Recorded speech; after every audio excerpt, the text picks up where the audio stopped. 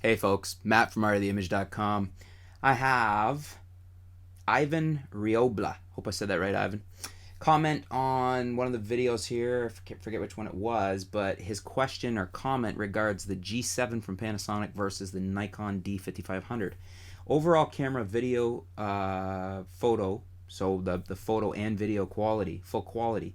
Do you think the Panasonic G7 over a D5500? So he's asking overall for both photo and video quality, would I recommend the G7 over a Nikon D5500?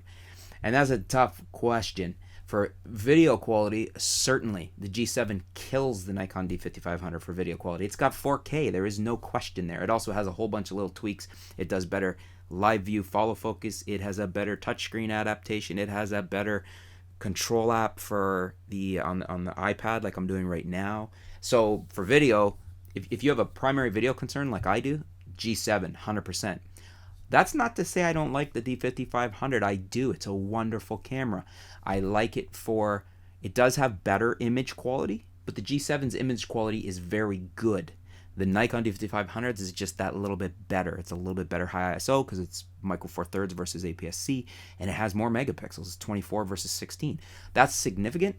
But for most people, including myself, the G7 is good enough for almost everything I would do. In a perfect world, you could own the 5500 for if you needed that little bit of eked out image quality. But to me, I need the video as much or more than I do the image quality. And I'm getting good image quality. I shoot it professionally. I just did some hockey teams with the G7, and it's wonderful. But the video is leaps and bounds better. Just a better camera to shoot video. So for that reason, yeah, I do recommend the G7 over the D5500. If you're solely a shooter in the sense of photos, not video, if you're solely into photography, not making videos, then I would probably lean towards the D5500. Most people these days are probably inclined to do video too. If it's just casual video, you want the odd family video, D5500 will do it fine for you. If you have concerns about future proofing in the sense of 4K down the road, you're set because you shot it in 4K and it's going to look great on screens for quite a while to come.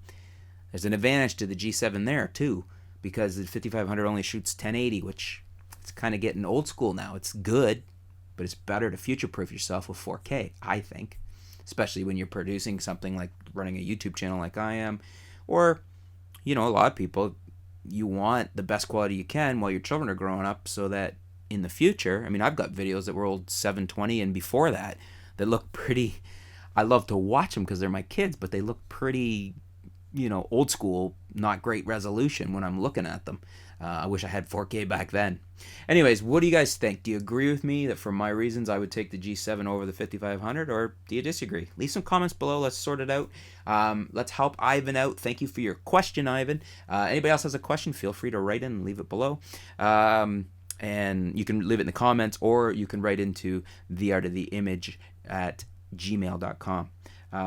Thanks for tuning in. Stay tuned. We'll be back soon.